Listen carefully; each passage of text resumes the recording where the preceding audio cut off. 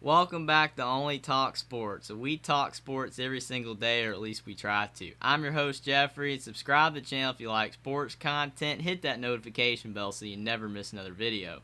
Now, on Saturday, there's a lot of big games in the noon window, but a very underrated game in the ACC is going on between the Miami Hurricanes at the Virginia Tech Hokies. Who do I think is going to win this game? Let's break it down. Now, Miami is 2-3 to start this season, and Mario Cristobal is in his first season now back at his alma mater, and obviously he was the Oregon coach last year and had a lot of success in his Oregon tenure, but now he's back at Miami. But they've had some interesting results to start the season. Miami started the season ranked, but has kind of gone downhill from there. They beat Bethune-Cookman in Week 1, 70-13. And then they beat Southern Miss 30-7, and both those were good wins. Obviously, both those teams aren't very good. But then since that game, they've lost 3 straight. They lost at Texas A&M 17-9, and a game that their offense couldn't get anything going. Obviously, their defense kept them in the game, but their offense couldn't get anything going. Then they lost to Middle Tennessee State 45-31. In this game right here, they should have won. Miami was still ranked in this game, but they played terrible, and Middle Tennessee State scored all over them. Their defense played a lot worse than they did against Texas A&M. And then they lost to UNC 27-24. North Carolina's offense scored more than Miami did. And Miami lost again for the third time in a row on their own field.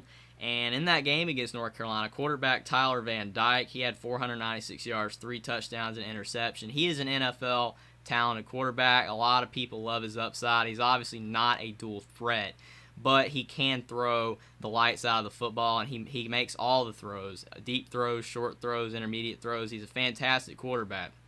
And even though North Carolina's defense is not fantastic, still throwing for 496 yards and 3 touchdowns is very, very good. And again, for Tyler Van Dyke, he is definitely what makes Miami's offense click. Running back Henry Parrish Jr. at 19 yards. Now, this is the downside to Miami. They do not run the football a lot because their throwing game is so good.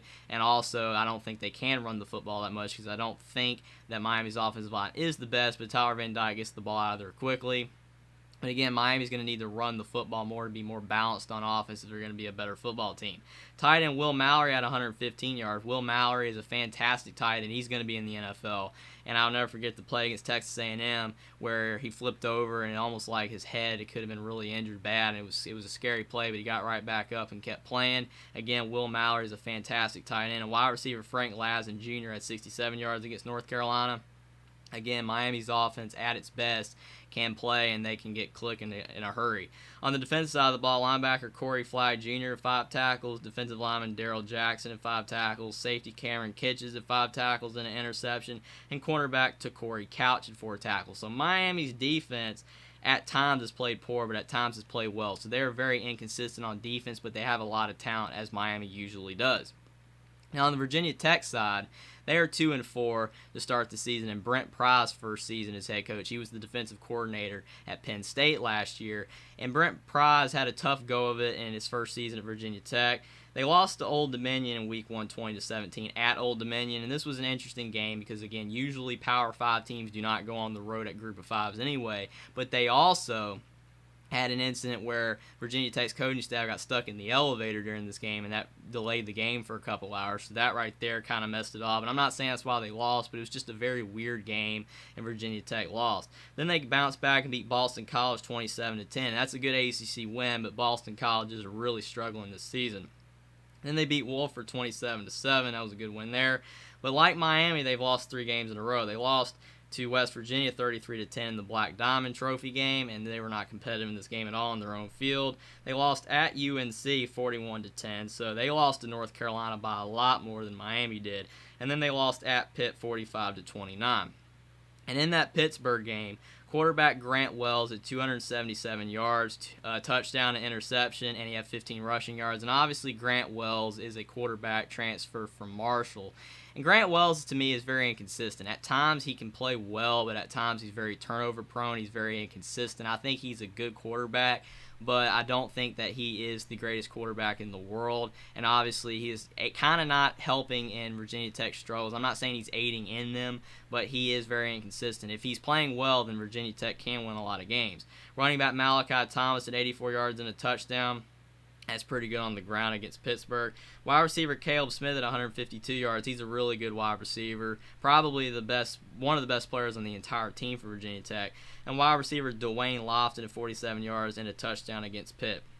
On the defensive side of the ball, defensive back Shamari Connor at 5 tackles, defensive back Nazir Peoples at 5 tackles, linebacker Jay McDonald at 3 tackles, the defensive lineman Jalen Griffin at 2 tackles for Virginia Tech against Pittsburgh. And obviously Virginia Tech's defense has given up some points this year, just like Miami. Both these teams are really inconsistent. Who do I think is going to win this game?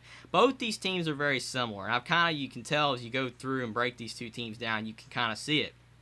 Both teams have been very inconsistent this season.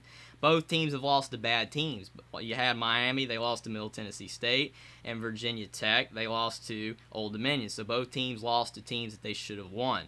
And they both are first-year head coaches. Now the difference, Miami had Mario Cristobal, who's been a coach before at Oregon, and Brent Pry, obviously, he was the defensive coordinator at Penn State, so obviously that's a little bit different. But both these teams have first-year head coaches, but Mario Cristobal has more experience. Both teams have lost 3 straight. And again, they both have started the season kind of, well, not Virginia Tech in week 1, but then they won 2 in a row. But then they've lost 3 in a row. Miami's lost 3 in a row, so both of them are similar there. And both these teams used to be really good in the past. Miami obviously has more history than Virginia Tech, but both these teams have had a good history. So both these teams are very similar.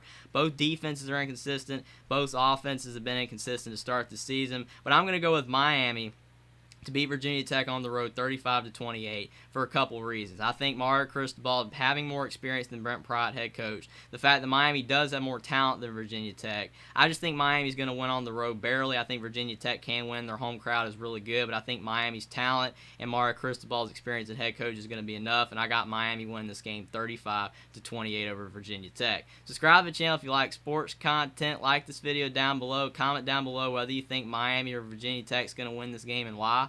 And I will see you next time.